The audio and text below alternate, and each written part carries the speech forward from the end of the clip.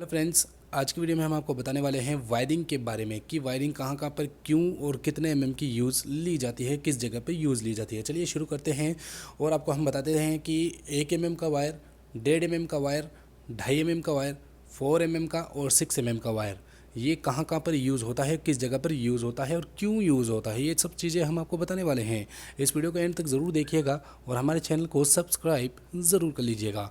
और डिस्क्रिप्शन में आपको लिंक मिल जाएगा इंस्टाग्राम आईडी का, वहाँ जाकर हमारी इंस्टाग्राम आईडी को भी फॉलो कर सकते हैं। तो चलिए शुरू करते हैं। तो फ्रेंड्स, सबसे पहले बात कर ली जाए 1 एमएम के वायर की। तो 1 एमएम का वायर हम कहाँ पर यूज़ लेते हैं।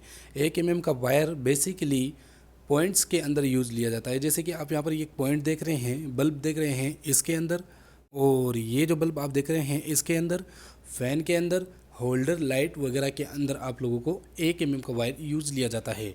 सबसे ज़्यादा क्वांटिटी के अंदर लगाया जाता है वो 1 एमएम का वायर ही होता है। और वो क्यों होता है, क्योंकि 1 एमएम के वायर से हम फैन, लाइट्स और अदर कोई सी भी लाइट्स हो हम 1 एमएम से ही यूज़ लेते हैं। तो 1 एमएम का काम यही होता है कि हम सिर्फ लाइटों को ही चला सकते हैं और बेसिकली किसी भी चीज़ को हम उससे रनिंग नहीं करवा सकते। जैसे कि एयर कंडीशनर हुआ, गीज़र हुआ, इस्त्री हुई, रेफ्रिजरेटर वगैरह हुए, तो इन सभी चीज़ों को हम 1 एमएम के वायर को यूज़ नहीं ले सकते। अब बात आती है 1.5 एमएम के वायर की। 1.5 एमएम का वायर कहाँ पर यूज़ लिया जाता है। 1.5 एमएम का वायर बेसिकली बोर्ड के अंदर जितने भी स्विच होते हैं, जैसे जितने भी लाइटें वगैरह हमारे रूम के अंदर लगाई गई है, उन सभी के 1 एमएम का वायर सीधे हमारे उस बोर्ड के अंदर उतरते हैं, स्विच बोर्ड के अंदर उतरते हैं। तो उस स्विच बोर्ड को चलाने के लिए यानी कि ऑपरेटिंग यानी कि उसे इनपुट देने के लिए 1.5 एमएम की वायर की ज़रूरत पड़ती है। और 1.5 एमएम का वायर हमें क्यों ज़रूरत पड़ती है, क्योंकि वो थोड़ा हाई होता है और उससे क्या है कि जितने भी लाइटें वगैरह हैं सब उन 2 वायरों से यानी कि 1.5 एमएम के 2 वायरों से ही सारा ऑपरेटिंग होता है एक रूम का लाइटिंग। तो गाइस इसलिए वहाँ पर 1.5 एमएम की ज़रूरत पड़ती है। रूम की जितनी भी लाइटें होती हैं उन सभी को रनिंग करवाने के लिए 1.5 एमएम के वायर की ज़रूरत हमें पड़ जाती है। ठीक है। और जितने भी मान लीजिए एक कमरे के अंदर 4 बोर्ड है तो चारों बोर्ड के अंदर 1.5 एमएम का वायर यूज़ होगा इनपुट देने के लिए। अब वो कैसे कि आपने जैसे एक बोर्ड के अंदर 1.5 एमएम लगाया तो उससे सीधा लूप करके दूसरे बोर्ड के जॉइंट वगैरह कहीं पे नहीं करना है, सीधा लूपिंग करके दूसरे बोर्ड के अंदर लगाना है। ठीक है। दूसरे बोर्ड के अंदर लगाने के बाद तीसरा बोर्ड के अंदर लूपिंग करना है, मतलब उस बोर्ड से लेकर के तीसरे बोर्ड के अंदर भी लूपिंग करना है और उस बोर्ड से लेकर के चौथे बोर्ड तक लूपिंग करना है। तो अब यहाँ पर बात हो गई है, बोर्ड की लाइनें तो पहुँच चुकी है। अब आपने जो लूपिंग किया है उसको भी तो करंट मिलना चाहिए, यानी कि 1.5 एमएम के वायरों को भी करंट मिलना चाहिए। तो वो वहाँ कौन सा वायर, मतलब चारों बोर्ड को एक ही वायर से मतलब 2 ही वायर से ऑपरेटिंग करना है। तो वो कैसे ऑपरेटिंग होगा, तो उसको भी ऑपरेटिंग करने के लिए लगभग 2.5 एमएम का आपको केबल चाहिए। जैसे कि आपकी एमसीबी बॉक्स होती है, एमसीबी बॉक्स से लेकर के सीधा आपके स्विच बोर्ड तक जो लाइन आती है वो 2.5 एमएम की होती है। जी हाँ दोस्तों, कहीं कहीं पे लोग 1.5 एमएम की डालते हैं। क्यों डालते हैं, क्योंकि उस कमरे के अंदर इतना लोड वगैरह नहीं होता। मैं हाई रूम की बात कर रहा हूँ जिसमें ज़्यादा लाइटें होती है, ज़्यादा अप्लाइंसेस होते हैं, उसके अंदर आप लोगों को 2.5 एमएम की केबल ही ले जानी है। एमसीबी बॉक्स से लेकर के हमारे घर के अंदर जो स्विच बोर्ड जहाँ पर 4 बोर्ड लगे हैं वहाँ तक हमें 2.5 एमएम की ले जानी है। तो उम्मीद है ये भी क्लियर हो गया होगा। तो अब बात आती है 4 एमएम की केबल की। दोस्तों 4 एमएम की केबल वहाँ कहाँ पर यूज़ होती है।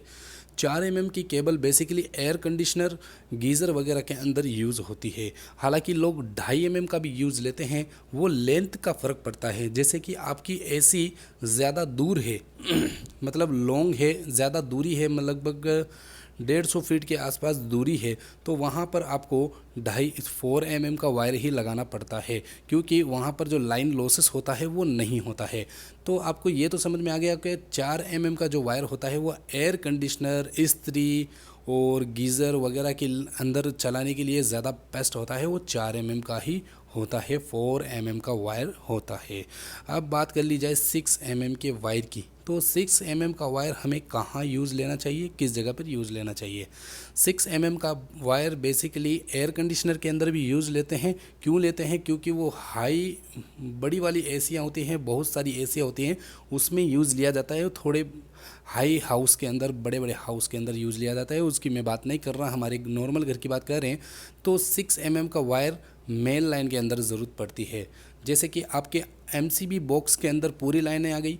अब आप एमसीबी बॉक्स को चलाने के लिए, यानी कि एमसीबी बॉक्स को भी तो इनपुट चाहिए, जैसे आपके स्विच बोर्ड को इनपुट चाहिए तो उसी तरह एमसीबी बॉक्स को भी इनपुट चाहिए।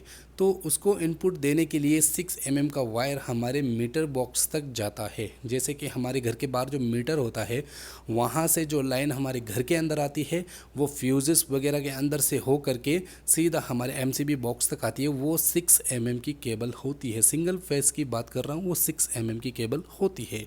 तो आपको समझ में आ गया होगा कि मैं क्या कहना चाह रहा हूँ। तो फ्रेंड्स, 6 mm का वायर सीधा एमसीबी बॉक्स के अंदर आता है।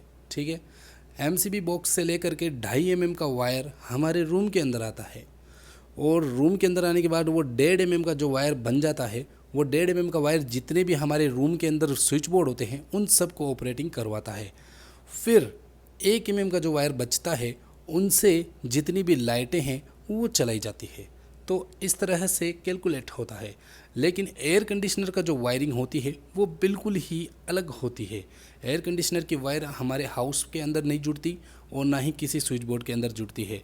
एयर कंडीशनर का वायर सीधा डायरेक्टली एयर कंडीशनर के लिए ही होता है।